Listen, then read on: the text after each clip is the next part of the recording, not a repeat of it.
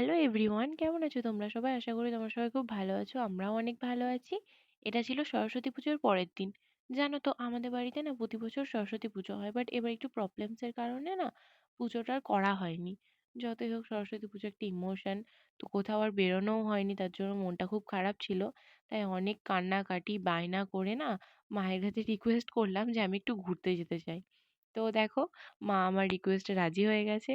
আর আমরা happy happy বেরিয়ে পড়েছি এখন ঘুরতে। তো যাবো হচ্ছে কালনা। আশা করি তোমরা সবাই জানো যে সরস্বতী পুজো কালনায় সব থেকে ধুমধাম করে হয়।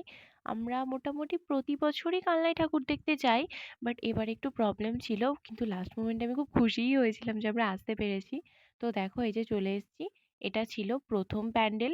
জাস্ট ভিড়টা তোমরা দেখো, এত পরিমাণে ভিড় হয় না, কি আর বলবো। তো এই যে দেখো, প্রথমে আমরা এখন ঢুকছি প্যান্ডেলে। জানো তো আমি বাড়ি থেকে ঠিক করে গেছিলাম যে টপ ৬টা প্যান্ডেল হয়েছিল, সেই ৬টা প্যান্ডেলই দেখবো, কারণ হাতে খুব বেশি সময় ছিল না। কিন্তু আমি ওই ৬টার মধ্যে শুধুমাত্র একটাই প্যান্ডেল দেখতে পেরেছিলাম, আর বাকি ৫টা পারিনি। এটার জন্য আমি একটু আপসেটও হয়ে গেছিলাম, বাট কি আর করা যাবে, সিচুয়েশন খারাপ থাকলে সেটাকে মেনে নিতে হয়, কিছু করার নেই। তো দেখো, এইখানে আমার এই জিনিসটা খুব ইউনিক লাগলো। বাঁশের ওপর কালার করে না এখানে ডেকোরেশনটা করা হয়েছিল। খুব সুন্দর লাগছিল দেখতে এটা। আর এই যে দেখো, চারিদিকে অনেক সুন্দর সুন্দর ফুল ফুটে রয়েছে, আর এই যে লাইটিংটা ভীষণ সুন্দর ছিল। এরপরে দেখো আমরা একটু আইসক্রিম খাচ্ছিলাম। সেদিন আসলে আমাদের শীতল ষষ্ঠী ছিল, তো তো বাইরের গরম খাবার কিছু আমরা খেতে পারবো না। তো সেই জন্য আইসক্রিমটাই খাচ্ছিলাম আমি, মা আর মামা। তারপরে এই যে দেখো লাইটিংগুলো, ভীষণ সুন্দর লাগে আমার এই লাইটিংসগুলো দেখতে। তো আমরা হেঁটে হেঁটে যাচ্ছিলাম এরপর। তারপর আমরা চলে এসেছিলাম এই যে এই প্যান্ডেলটায়, যেটা ছিল কেরালার রামেশ্বরম থিমে। তো আমার না এই ৫টা দেখার, সরি ৬টা দেখার খুব ইচ্ছা ছিল। আমি প্রথমেই বললাম, তার মধ্যে এই একটাই প্যান্ডেল আমরা মনের মতো দেখতে পেরেছিলাম, আর বাকিগুলো পারিনি। তো যাই হোক, আমার কপাল খারাপ, আর কি করা যাবে। তোমরা এটাই দেখো, ডেকোরেশনগুলো শুধু দেখো, আমার খুব ভালো লেগেছে ডেকোরেশনগুলো। আর তাছাড়া মায়ের মুখটা দেখো, ভীষণ মিষ্টি ছিল। তারপর আমরা আবার প্যান্ডেলের জন্য রওনা দিয়ে দিয়েছিলাম। আর রাস্তায় তোমরা শুধু দেখো, এত পরিমাণে ভিড় ছিল, এত পরিমাণে ভিড় ছিল যে মামা বাইক নিয়ে ঠিক করে যেতেই পারছিল না, অনেক কষ্ট করে যেতে হচ্ছিল। তো এরকম রাস্তার ধারে ধারেও কিছু প্যান্ডেল করা ছিল, সেখান থেকে আমি বাইকে বসে বসেই কিছু ক্লিপস নিয়ে নিয়েছিলাম তোমাদের সাথে শেয়ার করার জন্য। আর আমি বারবার একটা কথাই বলছি, আমার এই লাইটগুলো খুব ভালো লাগে, খুবই ভালো লাগে। আর এই যে এখানে মামা কি করছিল আমি তো একদম বুঝতেই পারছিলাম না। ৪-৫ পাক করে ঘোরানোর পর পর একটা করে প্যান্ডেলের সামনে গিয়ে দাঁড়াচ্ছে, আর তারপরে আমরা নেমে যথারীতি ঠাকুর দেখছি। তো এই দেখো আর একটা মা, এই মাটা না আমার পার্সোনালি ভীষণ ভালো লেগেছে।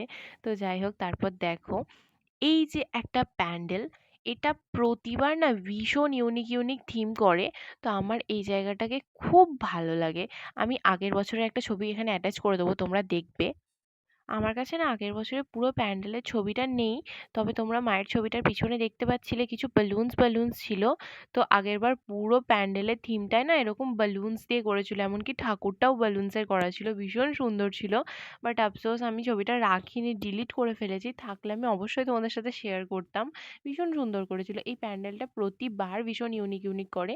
আর এবারে তো এখানকার ঠাকুরটাও ভীষণ ইউনিক করেছিল, দেখার মতো ছিল, খুবই ইউনিক ছিল।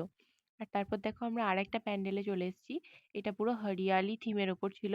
প্রচুর প্রচুর ফুল গাছ ছিল এখানে, আর অনেক গাছ ছিল এখানে বিভিন্ন ধরনের। আর এখানে মাটা দেখো ইনিও খুব সুন্দর ছিলেন।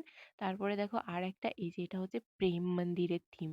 আমার না প্রেম মন্দির যাওয়ার খুব ইচ্ছা আছে, জানি না রাধারানী কবে আমার সেই ইচ্ছাটা পূরণ করবে, তবে যদি পূরণ হয় তাহলে নিশ্চয়ই তোমাদের সাথে শেয়ার করব। তো দেখো এটা ছিল শ্মশান ঘাটের ওখানকার ঠাকুর।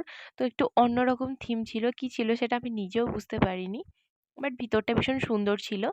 ছবি তোলার খুব সুন্দর সুন্দর জায়গা ছিল। এই যে সাইডগুলোয় না দারুণ ছবি আসছিল। তো আমি আর মা অনেক ছবি ক্লিকস করেছিলাম এখানে।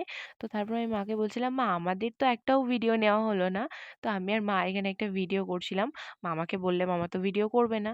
তো তারপরে মায়ের এখানে ডিমান্ড, আমাকে একটা ভিডিও করে দে, এটা এবার এডিট করে সে ফেসবুক অ্যান্ড হচ্ছে ইনস্টাগ্রামে পোস্ট করবে। তারপর দেখো মামা আমাদেরকে নিয়ে এসেছিল ধাত্রী গ্রামের একটা মাঠে। এখানে জানো তো সমস্ত গ্রামের মিলিয়ে না অনেকগুলো ঠাকুর হয় একটা মাঠের মধ্যে। তো সেটাই মামা আমাদেরকে দেখাতে নিয়ে এসেছিল। আর এই জিনিসটা দেখো, আমি কোনো মেলায় বা পুজো দেখতে গেলে না এই জিনিসটা কিনিই কিনি। তোমরা কারা কারা এটা কেনো একটু বলবে?